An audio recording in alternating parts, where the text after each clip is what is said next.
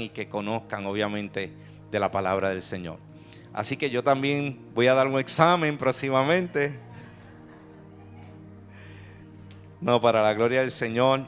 Quiero saludar a nuestros hermanos que nos ven en las redes a través de YouTube, Instagram, Facebook. Esta es la iglesia Ancla Firme. Mi nombre es el pastor Alexis Torres. Esta es su casa. Si usted no tiene dónde congregarse, dónde ir, venga, asista aquí con nosotros. Estamos todos los domingos, desde las 10 de la mañana hasta el servicio empieza a las 11 para servirle. Amén. Así que, ¿cuántos están listos hoy para la palabra del Señor? Hoy hemos titulado este tema de adentro hacia afuera. Y mientras preparaba esta enseñanza que Dios hablaba a mi corazón, les confieso que Dios comienza a trabajar con el corazón mío, ¿verdad? Y yo creo que ahí, si tienes el texto bíblico o tienes tu celular, busques el libro de Mateo capítulo 15. Y nos vamos a mantener en esa enseñanza de Mateo 15 completo. Vamos a ir desmenuzando de manera apremiante por el tiempo, pero más adelante usted lo puede leer con calma en su casa. Y cuando comencé a preparar esta prédica, me impactó ese mensaje, ¿verdad? Comencé de nuevo. ¿Por dónde comenzamos, verdad? Y hoy yo te invito a que comience por dentro, porque todo lo que se comienza por dentro produce cambio. Si tratamos de enfocarnos más en lo de afuera, sigue siendo algo superficial. Y muchas veces todo lo que es externo, que no tiene una buena base interna, cae.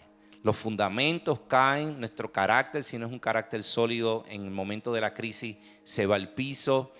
Nuestras casas, ¿verdad?, deterioran por fuera, nuestros autos, aún nuestros propios cuerpos envejecen. Pero si nosotros trabajamos con comenzar a construir algo bien sólido desde adentro, yo les aseguro que pueden venir tormentas, pueden venir situaciones adversas, crisis. Usted cada vez más se va a rejuvenecer. Y su actitud de su corazón va a ser tan distinta que va a ser un reflejo externo de lo que hay dentro de cada uno de nosotros. Pero tenemos que trabajar de adentro hacia afuera. Y es lo que mucha gente se le hace difícil. A veces es más fácil, ¿verdad?, poner, como quien dice, el maquillaje y toda la cuestión externo, pero Dios quiere, y la manera en cómo Dios trabaja siempre es de adentro hacia afuera. En el devocional, mientras veía el video, me ministraba porque esa mujer fue transformada de adentro hacia afuera. Fíjate cómo Jesús la llama por su nombre, tocando a la identidad de su corazón. Posiblemente ese fue el nombre que le dieron sus padres. Y ella lo había ocultado porque su vida había sido muy vergonzosa y ella no quería ni siquiera delatar cuál era su nombre. Pero cuando Dios trabaja en nuestros corazones, trabaja de lo más profundo, desde adentro hacia afuera. Todo tiene una raíz que debemos identificar. Los que me conocen saben que me apasiona el tenis. Si a usted le gusta el tenis, quiere hablar de jugadores, de estadísticas, pues nos podemos sentar un ratito, me llama, eso me encanta. Así que hay un tiro en el juego de tenis que es uno de mis favoritos. No es muy fácil hacer, pero si uno lo va estructurando, todos los deportes tienen su estrategia, ¿verdad que sí?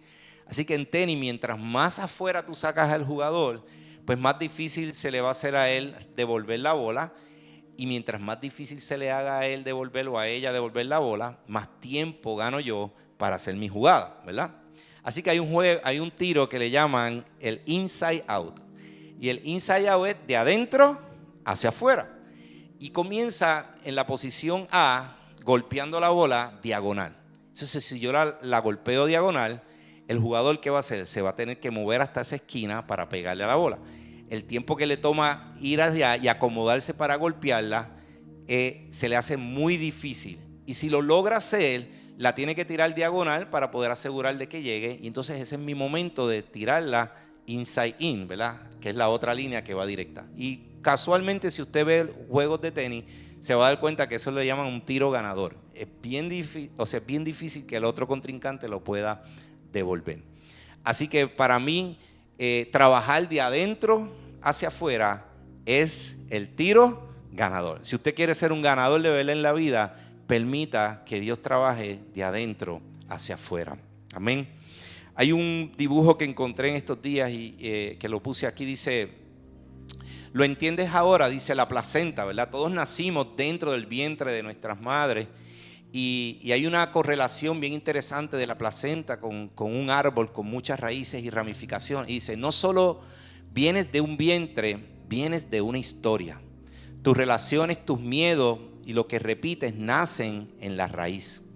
Cuando sanas tu origen, dejas de repetir y empiezas a elegir.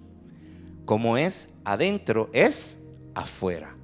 Y eso es precisamente lo que hoy quisiera trabajar, porque mucha gente ve lo que está afuera, pero hoy yo quiero que podamos enfocarnos en lo que está adentro, porque si logramos ver lo que está adentro, los cambios que vamos a hacer van a ser permanentes y van a transformar tu vida y tu corazón. Y quiero que vayamos al libro de Mateo, versículo 15.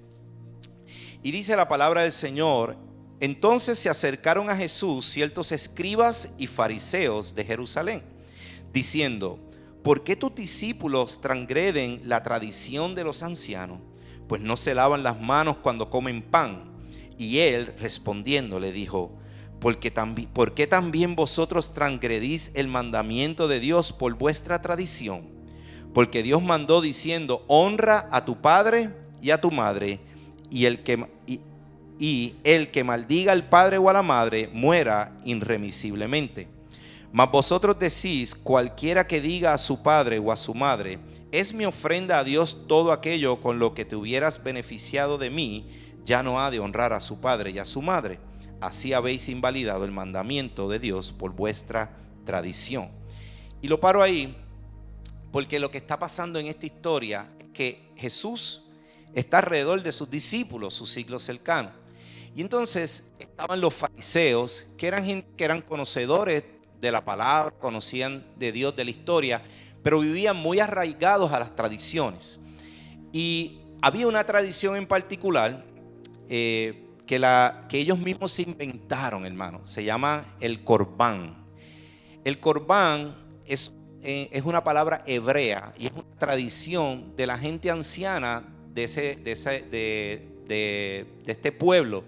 Y lo que hacía era que cuando tú no querías darle a alguien de lo que tú tenías, pues tú decías que estabas practicando la tradición del corbán, porque el corbán era una ley que ellos inventaron donde toda la ofrenda o todo lo que tú tenías se lo entregabas a Dios, y si era para Dios no se lo podías dar a tus padres ni a más nadie. En otras palabras, era una excusa para no sustentar a los padres cuando envejecieran. Así que de una manera u otra tú dejabas de deshonrar a tus padres, ¿verdad? Porque estabas diciendo: no, esto es para Dios. ¿Cuántas veces podemos usar las cosas de Dios como excusa de alguna manera u otra para no hacer la voluntad genuinamente de lo que Dios quiere que hagamos? Y este es un ejemplo típico de cómo la tradición de los fariseos y de los escribas iba en contra, obviamente, de lo que la palabra establecía. Pero ellos conocían muy bien estas leyes. Y fíjate que Jesús entra en acción porque sus discípulos estaban allí. Y los discípulos se estaban comiendo pan y no se habían lavado las manos. Y entonces ellos decían: pero ¿cómo tú permites que los discípulos coman pan sin lavarse las manos? Están rompiendo la ley mosaica donde dice que debes de lavarte las manos antes de comer el pan. Y Jesús les dice a ellos: bueno, pero ustedes están juzgando a los discípulos porque están rompiendo con esa tradición o con ese pacto de lavarse las manos. Sin embargo, ustedes han inventado toda una ley para ocultarse detrás de ella y evitar sustentar a sus generaciones más adelante. Y es interesante porque cuando yo miro esto, dice la palabra en el libro de Éxodo que honremos a padre y a madre para que nuestros días sean alargados. Fíjate que hay una bendición cuando tú honras a tus padres, y aun cuando están envejeciendo y no tienen con qué, uno pueda que bendecirlo, hermano. Esa es la realidad que Dios nos da en salud para que podamos bendecir a nuestros padres. No dice si fueron buenos, si fueron malos, si me maltrataron. No, dice honralo. Hay una promesa para los que honran a los padres, y es que tus días te serán alargados. Así que ellos se escondían detrás de esa tradición de estos ancianos para no cumplir el mandamiento. Así que esto es como el conejo hablando de ¿qué? De oreja. Y a Jesús no se le va ninguna, ¿verdad? Y los pudo identificar. Entonces, sigue diciendo, les dice, hipócritas, bien profetizó de vosotros Isaías diciendo, este pueblo se acerca a mí con su boca y de labios me honra, pero su corazón está lejos de mí. Mas en vano me honran enseñando como doctrinas mandamientos de hombres. Y llamando así a la multitud les dijo, oíd y entender. Y dice así el versículo 11, dice, no es lo que entra por la boca lo que contamina al hombre, sino lo que sale de la boca. Esto contamina al hombre. Entonces acercándose sus discípulos le dijeron, ¿sabes que los fariseos se ofendieron al oír estas palabras? Mas él respondiendo dijo, toda planta que no plantó mi Padre Celestial será desarraigada. Dejadlos, son ciegos, guías de ciegos. Y si el ciego guiare al ciego, ambos caerán en el hoyo. Y respondiendo Pedro le dijo, explícanos esta palabra. Y Jesús dijo, ¿también vosotros estáis aún sin entendimiento? Versículo 17. ¿No entendéis aún que todo lo que entra por la boca, más claro no se lo pudo haber explicado, todo lo que entra por la boca, y si usted está de acuerdo, dígame, va al vientre y es echado en la letrina? Buen sentido del humor, ¿verdad? Es eso. Mas lo que sale de la boca, escuchen esto, mas lo que sale de la boca del corazón procede, y esto contamina al hombre. Porque del corazón proceden los malos pensamientos, los homicidios, los adulterios, las fornicaciones, los hurtos, los falsos testimonios, las blasfemias. Estas cosas son las que contaminan genuinamente al hombre. Pero el comer con las manos sin lavar no contamina al hombre. Versículo 18 dice, todo está adentro de nosotros. Dice, pero lo que sale de la boca del corazón sale. Y esto es lo que realmente contamina al hombre. Entonces, muchas veces estamos más pendientes, como estaban pendientes los fariseos, de la cosa externa, de la apariencia externa. Y no estaban mirando el interior, lo que realmente importa. Y yo siempre me he preguntado si nosotros pudiéramos vernos por dentro. Porque por fuera pues todos nos arreglamos y nos ponemos nuestra mejor ropa y nos maquillamos y tenemos nuestra ropita, ¿verdad?, que sacamos especial.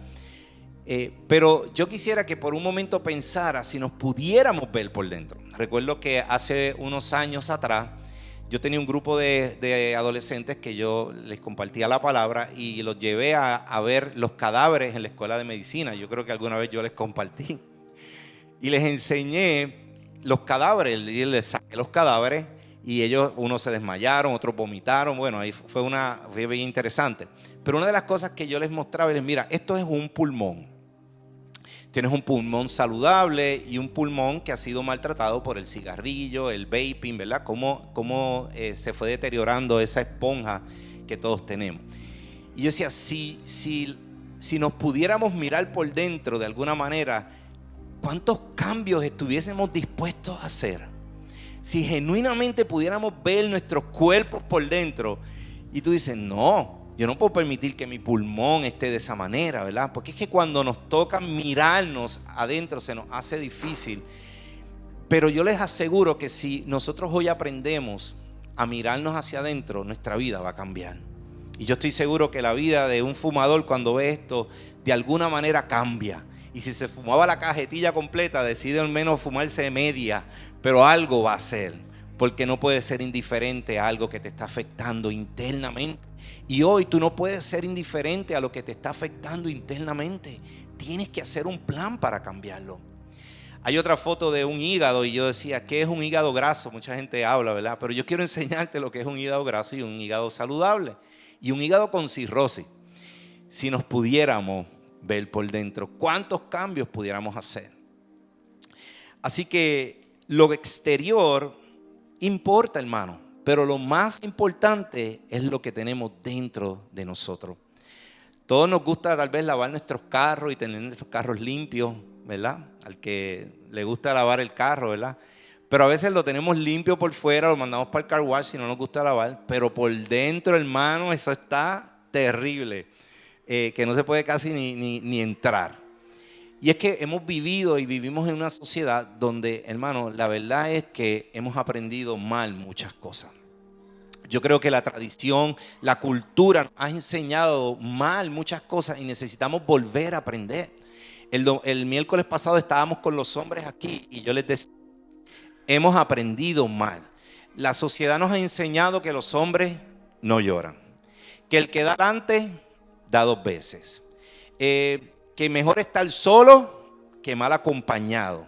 Entonces, cuando usted ve cada uno de estos refranes, que pueden sonar muy bonitos y muy coloquial, pero la realidad de todo es que permean en nuestra cultura y los hemos incorporado como parte nuestra. La realidad es que mejor estar solo que mal acompañado es algo que hay que cogerlo con pinza, hermano, porque el que está solo no la pasa bien tampoco. Entonces no se trata de no tener compañía, se trata de qué compañía vas a tener.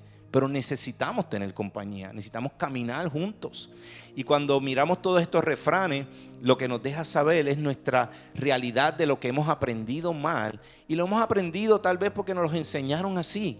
Pero hoy es un buen día para cambiar nuestra forma de pensar respecto a esto. Hay muchas veces que vamos a los cementerios. Hermano, qué bonito se ven los cementerios. Y con todo blanco y hermoso. Le ponen árboles para darle cierta vida, ¿verdad? Porque es difícil ir a un cementerio y más si hemos perdido seres queridos. Pero al final de todo, hermano, esto es lo que vemos por fuera, pero adentro lo que hay es ¿qué? Muerte. Adentro lo que hay es muerte. Entonces se ve muy bonito por fuera. Y qué bueno que podamos hermosear las cosas por fuera, pero lo que realmente queremos cambiar es lo que tenemos adentro. Por eso Jesús no solamente tenía buen sentido del humor, sino también confrontaba con amor. Y le dijo a los fariseos y a los escribas una vez, sepulcros blanqueados. En otras palabras, por fuera se ven muy bonitos, pero por dentro están muertos. Palabras fuertes, porque había una apariencia, estaban más enfocados en cómo agradar las tradiciones, las reglas, versus genuinamente trabajar con el corazón de cada uno de ellos. Y hoy en día la sociedad nos ha enseñado, importa más lo de afuera que lo de adentro. Pero yo vengo hoy a decirte buenas noticias. Si quieres obviamente permanecer firme en medio de las crisis, de las situaciones y ver la mano de Dios en medio de tu vida, este es el tiempo de comenzar a construir bien de adentro hacia afuera. De lo contrario no va a funcionar. Y todo comienza en nuestras mentes. ¿Cuántos saben que en nuestras mentes hay mucha contaminación? Necesitamos visitar nuestras acciones e identificar la raíz de por qué actuamos como actuamos. ¿Por qué reacciono como reacciono? El miércoles pasado aquí tuvimos una dinámica bien interesante con los hombres porque presentábamos una conducta. Y esa conducta, cuando íbamos viendo por qué es que yo reacciono de esa manera con mi esposa, por ejemplo. ¿Por qué tengo que estar forcejeando con ella todo el tiempo como si esto fuese una competencia? ¿Quién gana o quién pierde? Cuando realmente la palabra dice que es ayuda idónea. Entonces no tengo ninguna razón. Pero y les contaba mi testimonio, cuando yo me casé, yo llevo ya 12 años casado. Pero al principio, para la gloria del Señor, me caso con una mujer que hermano, porque cuando uno ve a la persona que te gusta, pues todo es hermoso, todo es muy bonito, hermano, pero ese es el enamoramiento. Después cuando tú haces el pacto y empiezas a vivir con esa persona, por eso es que yo creo en los pactos, porque la gente que no hace pacto no tiene ningún compromiso, mañana me voy. Por eso es que yo creo en los pactos y dije, bueno, yo me voy a casar con ella y como la amo, estoy dispuesto a bregar con lo que aparezca, hermano. Y ese es parte del proceso del matrimonio, ¿verdad? Pero yo sabía que ella era una mujer que amaba a Dios. Así que eso era lo primero que yo me garanticé, era que amara a Dios. Primero que a mí, que amara a Dios. Y ella sabía que yo amaba a Dios porque ella nos conocimos en ese ambiente. Y cuando uno va viendo las relaciones de noviazgo, cuando uno va creciendo en eso, es importante que usted comparta con las amistades de su novia o de su novio, que usted vaya a la familia, la conozca. Hoy en día nada de eso pasa, hermano. Hoy nos conocimos, nos encontramos, nos enamoramos y ya vamos a convivir juntos. Ese es el estilo de hoy en día. Y ese estilo pues, es peligroso porque obviamente trabaja lo de afuera, pero nunca trabaja lo de adentro.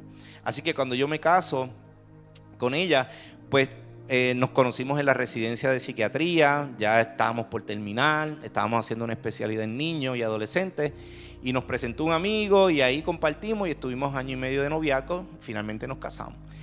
Y esos primeros años, hermanos, interesante, ¿verdad? Todo está muy lindo, la luna de miel, pero después cuando uno llega, que uno empieza a chocar por cosas que yo decía, pero ¿por qué estoy chocando? O sea, si esto no es una competencia. Entonces cuando uno empieza a mirar hacia adentro, ¿de dónde viene esto? Claro, ella era profesional, muy inteligente, yo venía también de la misma preparación, así que éramos dos personas que razonábamos muy parecido en ese sentido, competitivos los dos, porque obviamente para tú poder estudiar y poder sobrevivir la escuela de medicina, hay que competir, hermano, es la realidad. Para entrar nada más hay que competir y tienes que salir bien, porque si no, no te dan admisión, a menos que tengas mucho dinero y ir a la compra, esos otros 20 pesos. No era nuestro caso. La dinámica es que dos personas que vienen de esa naturaleza de competir, de respuestas rápidas, así que, ¿qué ocurría? Pues cuando de momento nos vimos que estábamos como compitiendo dentro del matrimonio, a ver quién hacía mejor las cosas, a ver quién era más, y el Señor trabajó con nuestro corazón, y ahí nos enseñó de dónde venía la raíz, y nuestra raíz venía de nuestra formación. Todo el tiempo fue competencia, todo el tiempo es, y ella más, que compitió hasta en certamen de belleza, que no me escucha. Tengo unas fotos que no las he encontrado todavía, y unos videos me dicen que hay también, así que veníamos de esa formación. Nuestros padres, de una manera saludable, o sea, nos empujaban a que diéramos lo mejor de nosotros, entonces uno se crea esta formación de que tienes la razón todo el tiempo, eres más conocedor, es como el que es médico, piensa que es medio Dios, y a veces la gente ven el médico y piensa que no se puede equivocar, y muchas veces los médicos lamentablemente tienen ese problema, se creen que se la saben todas. No, tú sabes de medicina, pues tú sabes de belleza, tú no sabes. Pero hermano, si usted habla con un médico que no está en Cristo, usted va a ver que se cree que se la sabe toda, que tienen que darle acceso a todo, que tiene el poder sobre todo. Y la verdad es que eso nace de una formación donde nacen compitiendo, nacen con las respuestas correctas, nacen con que razonar. Y Dios tiene que trabajar con eso en nuestro corazón, porque si no, de momento vemos lo que está pasando afuera y no nos damos cuenta que todo tiene una raíz, y si no trabajamos con esa raíz, nuestros resultados no van a ser buenos, y posiblemente duremos tal vez 2 o 3 años y nos separemos. Todo tiene una causa, hay un problema y hay unas ramas que es lo que se muestra. Muchas veces nosotros estamos viendo los efectos y pensamos que podando el árbol y tal vez dándole un toquecito por fuera resolvemos el problema. O a veces hay gente que son más radical. No, yo voy a cortar de raíz, y cortan el tronco, pero se quedó la raíz. Y mientras haya raíces, va a haber crecimiento de lo mismo. Hay que ir a lo profundo, a las causas, a por qué. Y para eso necesitamos mirarnos por dentro. Por eso tenemos que hacer ejercicio. ¿Por qué reacciono hacia las personas de esta manera? ¿Por qué tengo que estar a la defensiva? ¿Por qué estoy siempre justificándome? ¿Por qué siempre estoy quejándome? ¿O por qué siempre estoy maldiciendo? ¿O por qué siempre estoy pensando lo peor o mal de las personas y no puedo confiar? Todo tiene una raíz, y de eso es lo que les quiero hablar. Nuestras raíces más comunes, y esta me la perdonan porque está en inglés, porque la conseguí, pienso que en ella está todo lo que tal vez pueden ser las raíces de nuestras vidas. Es la carne. Sabes que nuestro cuerpo es carne, y la carne tiene muchas debilidades, entre ellas raíces de autojustificación. Y muchas veces una raíz puede ser la autojustificación. Siempre me estoy justificando, y eso nace muchas veces de nuestra formación, porque siempre teníamos que dar una respuesta a algo, ya sea porque nuestros padres nos las pedían, y si no la teníamos nos las inventábamos, pero teníamos que quedar bien con nuestros padres, o teníamos que quedar bien con las personas, o tenía que quedar bien porque basamos nuestro valor y nuestra autoestima en lo que piensen los demás. Entonces yo no puedo fallar en eso.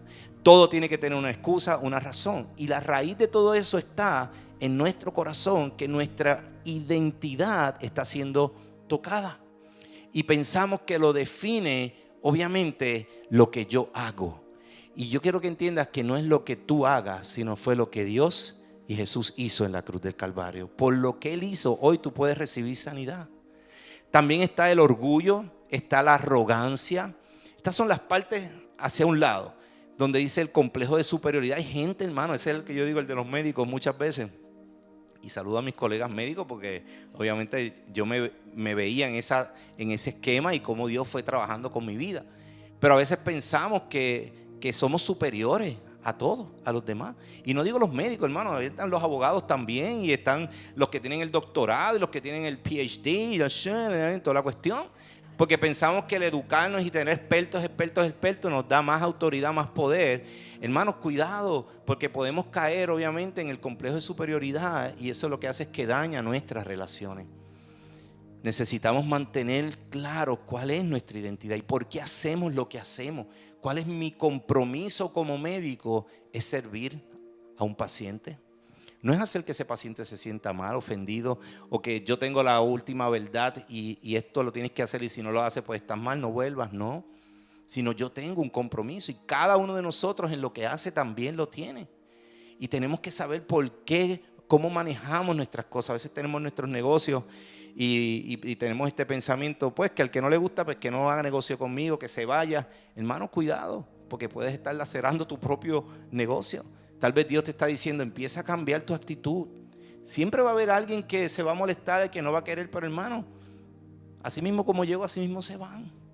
Pero no tienes que entrar en este coraje, en esta frustración que de momento lo que hace es que endurece más tu corazón.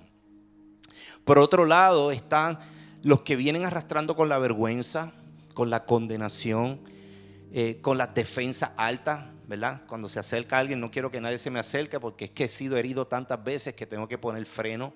O con la condenación, vengo condenándome desde pequeño porque tenía que hacer las cosas de tal manera, o las cosas las hice mal y hoy estoy viviendo las consecuencias, y estás todo el tiempo condenándote. Tal vez fue una mala relación, tal vez fue una mala decisión, tal vez fue un aborto, tal vez fue obviamente que caíste en adulterio, en fornicación, no sé. Tal vez son pecados que ocurrieron y de momento al crecer los seguiste arrastrando y siguen trayendo condenación a tu vida, y eso va enmarcando tu interior y trae vergüenza. Yo pienso que muchas veces la vergüenza nos hace obviamente accionar acciones que de momento uno dice, pero ¿por qué esta persona reacciona de esa manera? Y muchas veces la vergüenza que hay en sus corazones. Pero si yo no soy sensible a eso, y si yo no entiendo eso en mi corazón como hombre de Dios, pues puedo lastimar con mis palabras, con mis acciones. Y hoy Dios quiere que hoy podamos mirarnos a la luz de Cristo. ¿Qué dice la palabra? En Isaías 30:15, un versículo donde dice, porque así dijo Jehová el Señor, el Santo de Israel, en descanso y en reposo seréis salvos, en quietud y en confianza será vuestra fortaleza.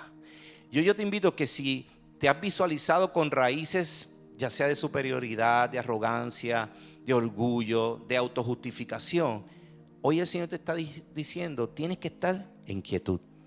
En otras palabras, en reposo. No sobre reacciones a todo. Mantén la calma. Estar en quietud es en reposo. Y reposo, la palabra de Dios no es no hacer nada. Es permitir que sea Dios el que trabaje en ti mientras tú descansas. Porque es que muchas veces nos cansamos de tratar de esforzarnos, y Dios nos está diciendo, ya, no sigas haciéndolo en tus propias fuerzas. Déjame a mí hacerlo. Yo les hablaba de la tradición del corbán. La palabra corbán en Brasil tiene un significado que son los bancos financieras que prestan dinero. Es un término, pero corbán significa cuervos también. Y cuando uno piensa en los cuervos, estoy pensando en la Biblia. ¿Qué relación tienen los cuervos, ¿verdad?, con la palabra? Y cuando vamos al texto bíblico, los cuervos aparecen 2 veces en la Biblia. Uno fue cuando en los tiempos del maná, ellos no quisieron comer el maná y pidieron más comida, y dice la palabra que Dios les envió ¿qué? Cuervos para que comieran. Así que cuervo significa, si lo llevamos al texto bíblico, aquello que tú haces en tus propias fuerzas y donde no estás permitiendo descansar en que Dios es tu maná diario. Por cuanto no confías en que yo soy tu suplidor diario, pues entonces te voy a enviar cuervo. En tus propias fuerzas, inténtalo tú como tú puedas. También está en la Biblia, en la vida de Elías, cuando Elías tuvo las victorias más grandes que tuvo en la palabra del Señor, dice que se fue y se deprimió y se fue después que había vencido debajo de un árbol. Y debajo de un árbol se deprimió y dice que cuervos le traían ¿qué? Comida. En otras palabras, el mensaje que le estaba dando Dios a Elías era: ¿sabes qué? Esas victorias que tuviste no fuiste tú, fui yo a través de ti. No te creas que lo hiciste tú. Y eso fue lo que pasó con Elías. Se creció demasiado y pensó que fue él en sus propias fuerzas. Y por eso le envía cuervo. En otras palabras, no descansaste en mi provisión diaria, dependiste de tus propias fuerzas. Y muchas veces cuando dice inquietud, lo que te está diciendo es: tienes que descansar en que Dios obviamente tiene control de tu vida, que Él te va a dar ese reposo donde tú puedas decir: ¿sabes qué? Lo voy a dejar en las manos del Señor. No voy a reaccionar. Ese cliente que me falló, ¿a cuántos les han fallado clientes, hermano? Les digo eso porque fue que viví una experiencia con una persona y les cuento el testimonio, hermano, rápido. Mandé a hacer unos portones, hermano, y lamentablemente la persona le pagué una parte y quedó en hacer los portones, hermano. Llevamos como 4 meses en esto. Y finalmente le dije: mira, devuélveme el dinero y ya, o sea, y la persona me dijo: pues te lo voy a devolver, nos encontramos en algún lugar. Pues fuimos al lugar, pero el día que yo llegué, él ya había pasado de largo, así que no pudimos llegar. Yo: pues estoy en la oficina, si quieres venir aquí. Y estábamos teniendo ya como que mucha controversia y al final yo le dije: mira, ya, o sea, no los quiero, o sea, porque esto me va a traer más problemas. Si el portón se daña, voy a buscar garantía. Y si ese es el mensaje que tú me has llevado, pues no puedo confiar que me vayas a cumplir. Pero en ese momento, después que tuvimos las controversias, él me llama y me dice: usted me puede dar la oportunidad de terminar el trabajo y no me tiene que pagar nada. Y yo le dije: ¿sabes qué? Como que Dios hablando a mi corazón, diciéndome: Alexis, descansa en mí, yo tengo control sobre esto. Y así mismo lo solté en la mano y dije: ¿sabes qué? Yo soy un hombre de Dios. Yo te voy a dejar que termines el trabajo cuando tú lo quieras hacer. Me dio una fecha y luego que termine nos sentamos y hablamos, ¿verdad? No le dije que no le iba a pagar porque el obrero es digno de su trabajo, ¿verdad? Pero quiero que él, de la misma manera como Dios está trabajando conmigo, también trabaje en el corazón de él. Y ahí es donde viene la quietud, donde no tengo que alterarme, no tengo que ponerme a pelear, porque yo sé que en medio de este proceso Dios no solamente está trabajando conmigo, sino está trabajando con quién, con Él. Y de la misma manera, al otro lado, la confianza, dice la palabra: en confianza será vuestra fortaleza. Cuando nosotros vivimos con vergüenza y con culpa, no hay otra forma de poder salir de ahí si no es que tú confíes en que Dios lo puede hacer en tu vida. Si sigues dependiendo en tu vida en la condenación, en la vergüenza, y te sigues aferrando a eso que te causó vergüenza y no confías en que Dios puede ayudarte en el proceso, y cuando digo ayudarte en el proceso nos vamos a dar cuenta cómo Dios lo va a hacer y qué cosas tienes que hacer tú. Pero si no permites que Él intervenga y lo tratas de hacer en tus propias fuerzas, la culpa y la vergüenza te va a arrastrar. Cuando callamos cosas en nuestra vida, por eso la Biblia dice que mientras callé envejecieron mis huesos. Y es que cuando tenemos cosas en nuestra vida que no trabajamos y las dejamos ahí escondidas y no las hacemos a tiempo, ya sea obviamente luchas internas, el adulterio, por ejemplo, tal vez te casaste, en un momento venías con conductas de adulterio, pero ya te casaste, pero todavía el pensamiento estaba ahí y no abres tu corazón para sanar. Eso trae culpa y trae vergüenza. Entonces la forma más fácil de resolver eso: pues dejo a mi esposa, ¿verdad? Y me voy con otra y ya dejé de ser adúltero para no fallarle al Señor. No. La manera de trabajar eso es abrir tu corazón y reconocer dónde está esa falla. Por eso dice el versículo, lo leíamos, que las fornicaciones, las blasfemias, los adulterios, todo está ¿dónde? En el corazón. Y cambiando de pareja no va a resolver el problema. Posiblemente vuelva a ocurrir el problema. Así que cuando hablamos y abrimos nuestro corazón y exponemos la vergüenza, y no es que usted va a ir ahora a Facebook y a declarar todas las cosas que le causan vergüenza, no, sepa dónde ir y el lugar correcto donde abrir su corazón para que sea cuidado también y no sea expuesto. Pero qué importante es tener un lugar donde ir, y qué importante es tener alguien que te pueda escuchar y decir: ¿sabes qué? No te juzgo. Esa vergüenza Jesucristo la llevó en la cruz del Calvario también. Y ahí tú empiezas a desarrollar confianza. Y tú dices, wow, hay alguien que me ama a pesar de mi error, que no me juzga, que no me señala. Y ese corazón empieza a ser que restaurado de adentro hacia afuera. Y eso es lo que hace Cristo. Yo creo que entiendas que hay una conexión entre la mente y el cuerpo. ¿Y cuántos saben que a veces nuestros síntomas mentales se reflejan físicamente? Se nos acelera el corazón, empezamos a sudar, etcétera. Y es porque la psicosomática, las enfermedades psicosomáticas son una relación entre la mente y el cuerpo. Y yo le pongo el corazón porque a veces decimos, no, es que lo que hay en mi corazón. Pero yo quiero que entendamos que cuando la Biblia habla de corazón está refiriéndose también a nuestra mente, porque realmente donde está todo es aquí. Nosotros ponemos las manos aquí, ¿verdad? Porque es el aspecto cultural, ¿verdad? Que todo está en el corazón, pero realmente todo está ¿dónde? En la mente. Así que lo que tiene que ser renovado es nuestra mente, pero nuestro cuerpo reacciona a lo que estamos pensando. Y a veces yo veo gente que está con una ansiedad y están bien intranquilos y no pueden funcionar y no pueden dormir. Hermano, y lo que los está agobiando es posiblemente algo que está en su mente, que es una raíz que está ahí que no han podido sacar. Por eso la Biblia dice en reposo y en quietud. Pero eso hay que sacarlo, porque si no, tu cuerpo va a responder hasta donde pueda. ¿Y cuánta gente no se ha muerto así, sin poder resolver su problema interno porque callaron y nunca abrieron su corazón? Y el cuerpo estaba dando señales todo el tiempo, pero nunca le hicimos caso. Necesitamos hacer una limpieza interna. Y yo veía ese dibujo, me encantaba, porque hay que limpiar el closet físico de las cosas que no nos sirven, pero también el mental. Así que tenemos que empezar a sacar pensamientos que creímos, cosas que creímos que nos enseñaron, tal vez mal enseñadas, y que las incorporamos en nuestra vida y que hemos regido nuestra vida basado en eso, que muchas veces han sido mentiras, o han sido patrones, o han sido cultural de nuestros padres por herencia. Pues mis padres, todo el mundo era bebedor en la fiesta. Si no hay alcohol, pues no hay fiesta.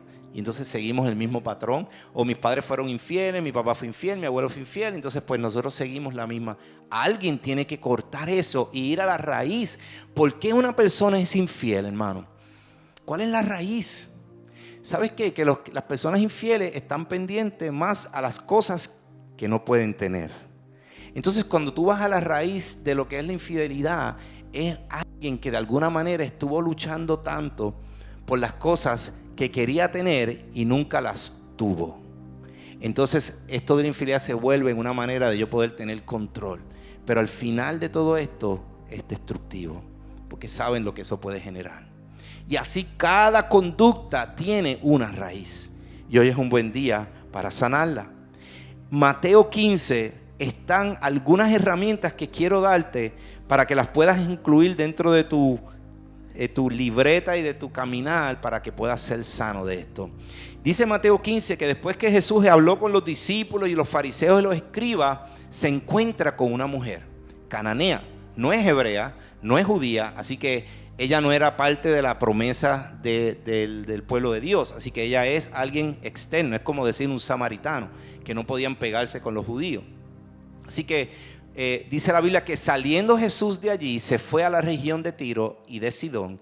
Y aquí una mujer cananea que había salido de aquella región clamaba diciendo: Señor, hijo de David, ten misericordia de mí. Mi hija es gravemente atormentada por un demonio. Pero Jesús no le respondió palabra. Entonces acercándose sus discípulos le rogaron diciendo: despídela, pues da voces tras nosotros. En otras palabras, nos está avergonzando. Esta mujer está loca, gritando como demente. Y entonces mira lo que Jesús les respondió a ellos: no soy enviado sino a las ovejas perdidas de la casa de Israel. En otras palabras, yo estoy aquí para sanar. Ese es mi rol. Porque ustedes están molestos de que yo tenga que acudir a la necesidad de ella. Entonces ella vino y se postró ante él diciendo: Señor, socórreme. Respondiendo él dijo, mira lo que le dice Jesús, porque quería ver el corazón de ella: no está bien tomar el pan de los hijos y echarlo a los perrillos. En otras palabras, le está diciendo: tú no eres judía, tú no eres del linaje de nosotros. No se supone que yo te bendiga a ti, o se supone que yo no te dé mi bendición. En otras palabras, la está retando a ver cómo ella va a responder. Entonces respondiendo Jesús dijo, discúlpame, y ella dijo: sí, Señor, pero aún los perrillos comen de las migajas que caen en la mesa de sus amos.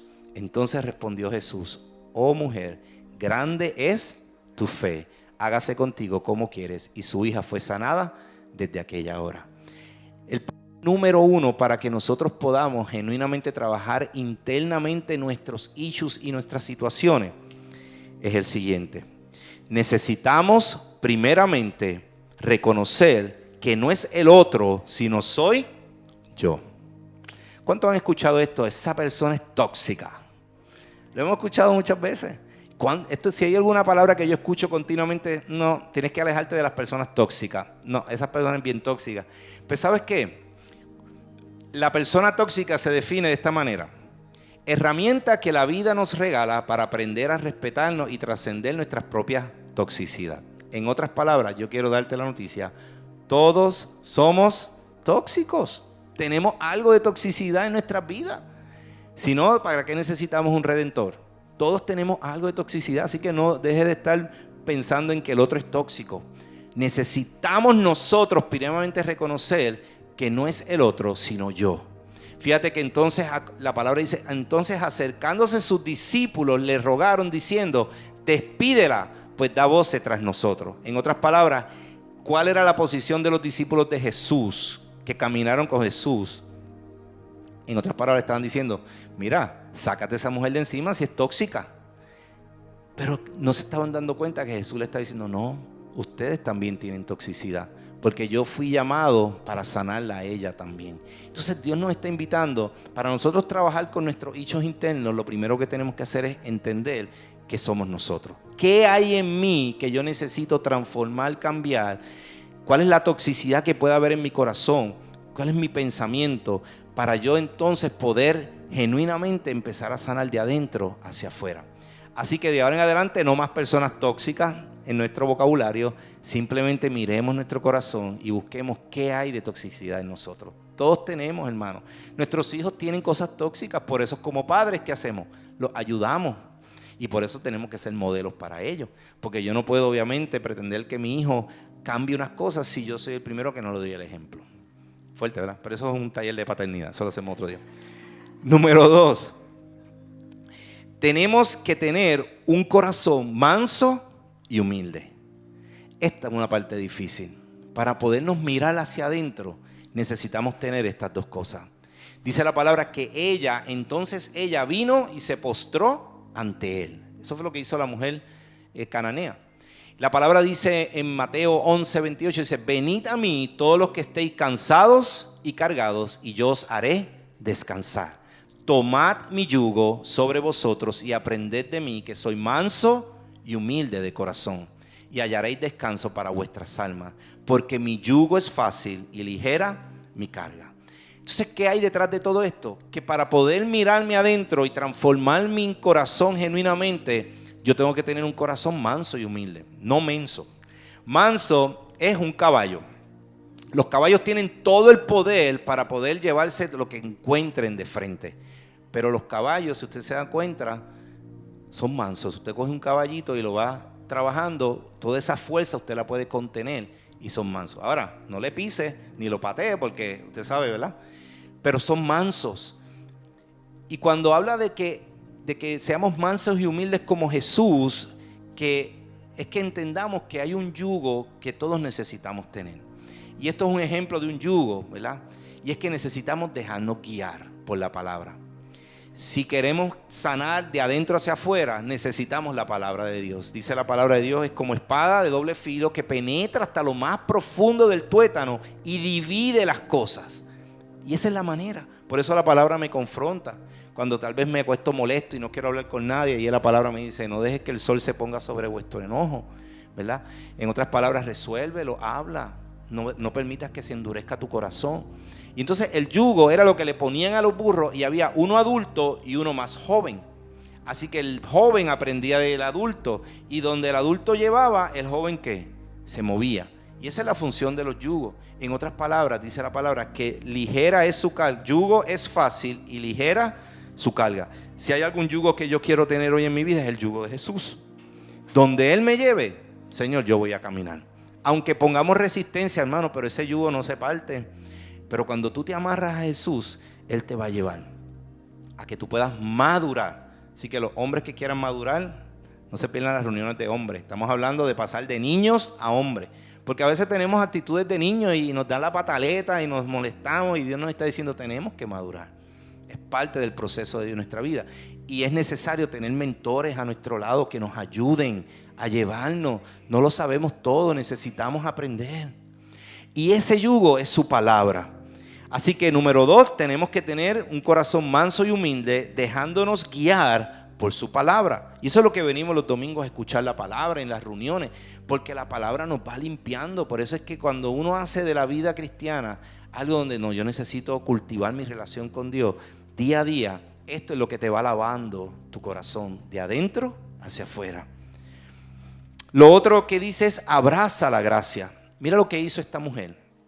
Y ella dijo, sí, Señor, pero aún los perrillos comen de las migajas que caen de la mesa de sus amos. Entonces respondió Jesús, dijo, oh mujer, grande es tu fe. En otras palabras, yo digo que Jesús, la gracia es una persona y se llama Jesús, que Él murió en la cruz por nuestros pecados, sin merecerlo nosotros, Él decidió bendecir nuestra vida.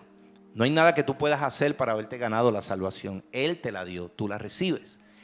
Y esta mujer, sabiendo que era cananea, que no tenía derecho tal vez a estar donde ella estaba, ella dijo, sí, pero aún los perrillos comen de las migajas que caen de la mesa de los amos. ¿Qué hizo esta mujer? Abrazó la gracia. Dijo, aunque yo no soy digna de recibir eso, pero yo sé que por tu gracia, aunque yo no lo merezca, tú me lo quieres dar. Y eso es lo que tú tienes que abrazar hoy. Si tú quieres abrazar, si tú quieres sanar desde tu interior, necesitas abrazar la gracia. Porque la gracia es la que dice, ¿sabes qué? No se trata de ti, se trata de lo que Él hizo en tu vida. Y entonces tú permites y dejas la culpa y dejas la vergüenza a un lado, la autojustificación, porque ya no se trata de ti, se trata de Él. Amén. Y eso fue lo que hizo esta mujer. Ella abrazó la gracia, ella abrazó a Jesús. Eso fue lo que hizo la mujer, no lo vimos en los videos, pero al final, ella cuando escucha la voz de Jesús que la llama por su nombre, ¿qué hace? Abraza a Jesús, abrazó la gracia. Y la gracia, hay algo bien interesante, no se debe manosear. O sea, la gracia es para que tú la recibas con una gratitud, hermano. Porque gracia es cuando se te cae algo y alguien te lo recoge, uno dice ¿qué? Gracias. Porque se supone que quien lo recogiera era ¿quién? Uno, pero alguien lo hizo por ti. Pues es exactamente lo mismo. Jesús lo hizo por nosotros y lo más que yo puedo estar es agradecido. Pero cuando yo manoseo la gracia es cuando yo digo, sí, total, Él lo hizo por gracia, así que yo puedo vivir como yo quiera. Y de todas maneras, Él me va a amar, me va a perdonar. No, eso es libertinaje y eso no es gracia, hermano. Eso es manosear la gracia. Cuando tú sabes que alguien hizo algo por ti, por amor, lo mínimo que tú puedes hacer es vivir agradecido. Y tú quieres aprender más de eso. Y tú quieres abrazar más eso. Mateo 15 dice, pasó Jesús de allí, luego de la mujer, y vino junto al mar de Galilea, y subiendo al monte se sentó allí. Y se le acercó mucha gente que traía consigo a cojos, ciegos, mudos, mancos y otros muchos enfermos. Y los pusieron a los pies de Jesús y los sanó. De manera que la multitud se maravillaba viendo a los mudos hablar, a los mancos sanados, a los cojos andar y a los ciegos ver, y glorificaban al Dios de Israel. El cuarto paso que te quiero dar, y con este nos falta uno nada más, es mientras tú estás en tu proceso, lleva a otro a los pies de Jesús. Fíjate que mientras Jesús caminaba, le traían los enfermos. Y la gente dice, pero si yo no sé dónde caerme muerto, yo estoy batallando con tantas cosas. ¿Sabes qué? Trae la gente a los pies de Jesús. No tengas temor, porque cuando tú llevas las personas a los pies de Jesús y tú le presentas a la gente a Jesús, tú estás haciendo como estos 4 hombres que llevaron a este paralítico a los pies de Jesús. ¿Sabes qué? Que Jesús sanó al paralítico no por la fe del paralítico, sino por la fe de sus amigos. Así que la fe tuya posiblemente es la que necesiten tus amigos y tus familias para que ellos sean sanados. Por lo tanto, tráelos, háblales de Él. No pierdas esa bendición de hacerlo. Llevar a otros a los pies de Jesús trae sanidad a tu corazón también. Y yo creo que a la medida que lo hacemos, nos damos cuenta que no se trata de nosotros, sino se trata de Él. Dice la palabra que después que Jesús sanó a todos ellos que estaban allí, en Mateo, más adelante termina ese versículo hablando sobre la alimentación de los 4,000. Y estamos en Mateo 15 todavía, puse 14, pero debe decir 15. El 15:32 dice, y Jesús llamando a sus discípulos.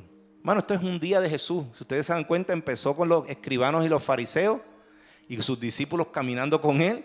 Ya se encontró a la mujer cananea, después se encontró a los mancos y a todos los que estaban enfermos que le traían, y ahora se encuentra en este lugar. Y Jesús, llamando a sus discípulos, dijo, tengo compasión de la gente, porque ya hacen 3 días que están conmigo y no tienen qué comer, y enviarlos en ayunas no quiero, no sea que desmayen en el camino. Entonces sus discípulos le dijeron, ¿de dónde tenemos nosotros tantos panes en el desierto para saciar a una multitud tan grande? Jesús les dijo, ¿cuántos panes tenéis? Ellos dijeron 7 y unos pocos pececillos. Esta es otra multiplicación de los panes y los peces. Ocurrió 2 veces en la Biblia. Está la multiplicación de los 5,000 y está la de los 4,000. En esta habían 7. En la otra habían ¿cuánto? ¿Alguien se acuerda? 5. ¿Se acuerdan? 5 panes y 2 peces. Y mandó a la multitud que se recostase en tierra. Y tomando los 7 panes y los peces, dio gracias. Los partió y dio a sus discípulos y los discípulos a la multitud. Y comieron todos y se saciaron y recogieron lo que sobró de los pedazos, 7 canastas llenas. Y eran los que habían comido 4,000 hombres, sin contar las mujeres y los niños. Entonces, despedida la gente, entró en la barca y vino a la región de Magdala. Magdala es de donde viene María Magdalena. Después de aquí fue a visitar a esa mujer que tú pusiste en el video. Mano, ¿sabes que Jesús no para de trabajar? Él lo hizo por amor y sigue haciéndolo hoy en día, hermano. Y cuando yo veo esta historia, me viene el último paso para tú trabajar con tu interior, es busca ser una persona compasiva. Fíjate que Jesús dijo, tengo compasión de la gente. Y al ver las multitudes, tuvo compasión de ellas. Y en Mateo 9:36 dice, porque estaban desamparadas y dispersas como ovejas que no tienen pastor. Entonces dijo a sus discípulos, a la verdad la mies es mucha, mas los obreros pocos. Rogad pues al Señor de las mies que envíe obreros a sus mies. Yo quiero que tú entiendas que cuando tú eres compasivo, ya tú no eres parte de las mies, ya tú eres un obrero. Porque tu vida va a ser usada para bendición de otros. Y Dios está buscando obreros.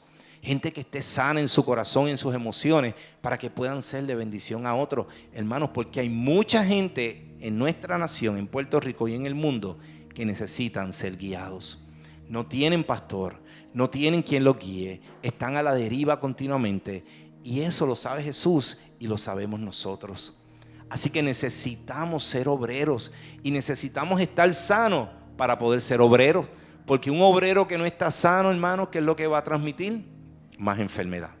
Así que necesitamos primero trabajar con nosotros para luego poder ser de bendición a otros. Finalmente, una persona compasiva no es egocentrista, sino que piensa en otros y no solo en el beneficio propio. Suple la necesidad de otros sin esperar nada a cambio y reconoce que su recompensa viene del cielo. Esa es la definición de alguien que es compasivo. Yo quiero ser compasivo, Señor. Y quiero terminar con este versículo de 2 de Crónicas 29:3. David había construido el templo, había traído el arca del pacto al templo. Luego que él construyó el templo, trajo el arca del pacto al templo. Y el arca del pacto lo puso dentro del tabernáculo. Y allí la gente restauró la adoración a Dios. Porque había muchos paganos, había mucha gente siguiendo otros dioses. Pero David decidió hacer eso. Pero luego que David hizo eso, muchos de su generación, entre ellos un rey que se llama Acab, fue un rey que hizo lo malo ante los ojos del Señor. Pero luego de él vino otro, que es su hijo, que se llama Ezequías. Y miren lo que hizo. Comenzó a reinar Ezequías siendo de 25 años. Si hay algo obviamente que distingue a David, es que David, dice la Biblia, que tenía el corazón conforme al corazón de Dios. ¿Por qué David tiene ese distintivo? Porque es algo que hizo David, que no hizo Saúl, fue traer el arca del pacto al pueblo. O sea, restableció la adoración a Dios. No me miren a mí, miren a quién, miren a Dios. No soy yo, no se trata de mí. Fíjate, la compasión de David no era egocentrista, sino que él entendía que tenía que restaurar la adoración para que la gente buscara su sanidad, porque no lo podía hacer él.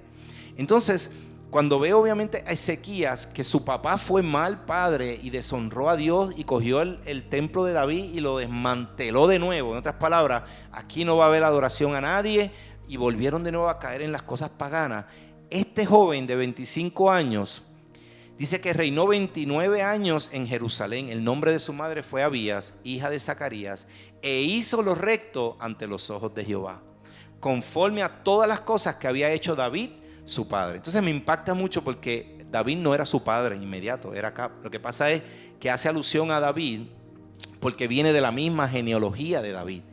Y no había sentido que pusiera a Acab ahí porque Acab hizo lo malo.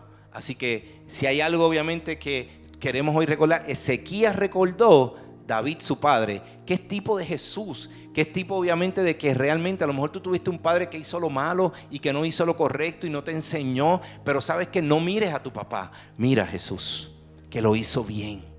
Y fíjate que le dice, había hecho David su padre. En el primer año de su reinado, mira lo que hizo, lo primero que hizo en el primer año de su reinado, abrió las puertas de la casa de Jehová y las reparó.